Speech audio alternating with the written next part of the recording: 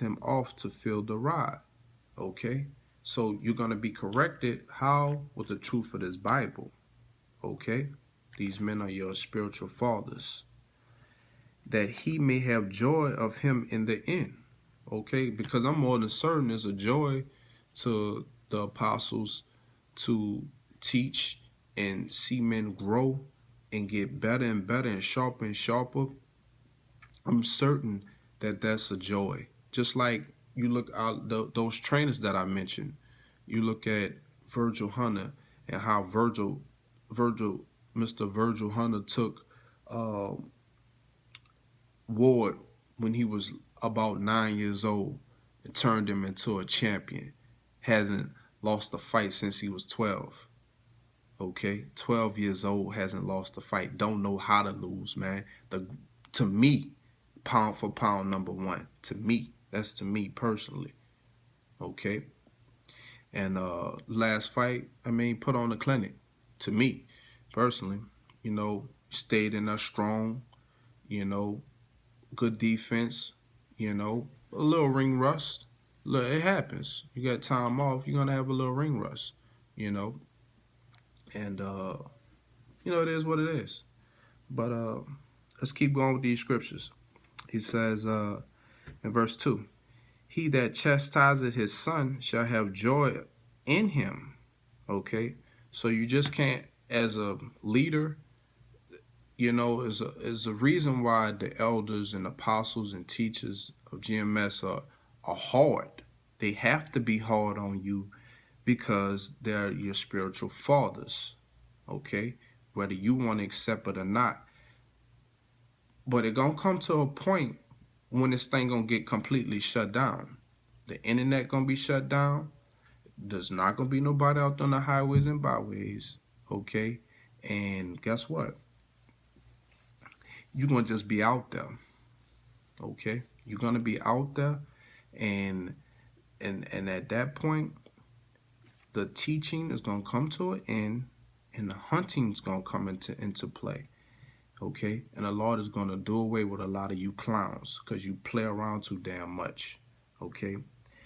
And shall rejoice of him among his acquaintance. Okay? I want to jump down to verse 8. It says, and horse not broken becoming headstrong. Like if you got an animal as a horse, you have to basically overtake that horse. Okay? You have to whip that horse. You have to get physical with that horse so that horse does what you need it to do. You need the horse to do its job. Okay, you can't let the horse just do whatever, because the horse gonna eventually gonna buck you off and then gonna trot over you. Okay, that's what's gonna happen. And a child left to himself will be willful, and that's what has happened amongst Israel. First and foremost, you haven't had a father in the house, so you're already willful as is. You're already hard-headed as is. You're already rebellious and disrespectful as is. Okay? So you coming up underneath a man in order, you just will not do it. You will not do it. Okay? Because there's so much you can just say to a nigga. You have to get physical with niggas. Well, guess what? The Lord is talking to you because that's how he operates. He's going to be spiritual with you. He's going to talk to you. Okay? But because you're hard-headed, because you're stiff-necked and rebellious, because you think you got all the answers, okay, and you think the elders don't have the answers, well, guess what? Okay? You're going to be threshed through. You're going to be put to death. Okay? Let's keep going. It says, verse 9, cocker thy child. And the word cocker basically means spoil, a baby. If this is something that you do, check this out. And he shall make thee afraid, because that happens.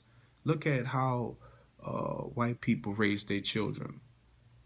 Okay? how they cut up in the stores, and then eventually as they get older, they curse their parents out. Their parents locking themselves in their rooms, they killing their parents, etc. Got their parents walking around on eggshells. Okay, that happens. It's beginning to happen amongst you so-called Negroes, Latinos, and Native Americans as well. Okay, it says this: play with him, and he will bring thee to heaviness. Verse 10. Laugh not with him. Now, and don't take this literal, because you stupid idiots take this and be like, you can't even laugh and play with your own children. Fool. Stop being stupid and be spiritual. Okay? It says, play with him, and he will bring thee to heaviness. Laugh not with him, lest thou have sorrow with him. Basically, it's saying, stop taking these children for a joke. You're raising up warriors. The whole idea of having children, having a male child, is to have warriors. To raising up prophets. You're raising up kings. You're not raising up a bunch of fucking misfits and fucking cross dressers and WWF wrestlers. Okay? Because that's what this society produces. WWF wrestlers and cross dressers. Okay? Anyway, let's keep going. I'm trying to finish this up. It says, laugh not with him, lest thou have sorrow with him, and lest thou gnash thy teeth in the end. Give him no liberty in his youth, and weep not at his folly. Okay? I don't really want to go down too much farther with that one. And I want to go to Ecclesiasticus 44 and 1. I'm going to go through this, just read it verbatim real quick. Let us now praise famous men, and our fathers that begat us. Verse 2. The Lord hath wrought great glory by them through his great power from the beginning. Verse 3. Such as did bear rule in their kingdoms, men renowned for their power, giving counsel by their understanding, and declaring prophecies. Verse 4. Leaders of the people by their counsels and by their knowledge of learning, meeting for the people, wise and eloquent in their instructions, such as found out musical tunes and recited verses and writings. Verse 6. Rich men furnished with ability, living peaceably in their habitations. Verse 7. All these were honored in their generations and were the glory of their times. Verse 8. There be of them that have left a name behind them, that their praises might be reported. Verse 9. And some there be which have no memorial, who are perished as though they had never been, and are become as though they had never been born, and their children after them. But these were merciful men, whose righteousness have not been forgotten. Okay, I don't want to get too deep into that. Basically, my point was kind of in the ninth verse, basically saying that everybody's not gonna have that top position. Everybody's not gonna be uh, famous or get that name that all of Israel knows. Everybody's not gonna get that. You remember David said he'd rather be a porter in the kingdom, just a porter, man. Man is just opening up the door for everybody, you know. But you niggas gotta have the top slot. You gotta have the top spot, you know. But you're gonna find out that you're not an A-level fighter. You're not an A-level fighter.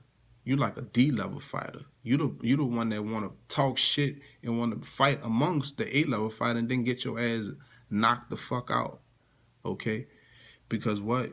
You're from the house of Saul, and law willing, I'm a part of the house of David, and I definitely know these men are definitely part of the house of David. You know, and I'm gonna just go out and say I'm a part of the house of David too, because I'm teaching the same thing that they teaching, and I'm rocking with them. Okay, so with that, I'm gonna say shalom or shalom.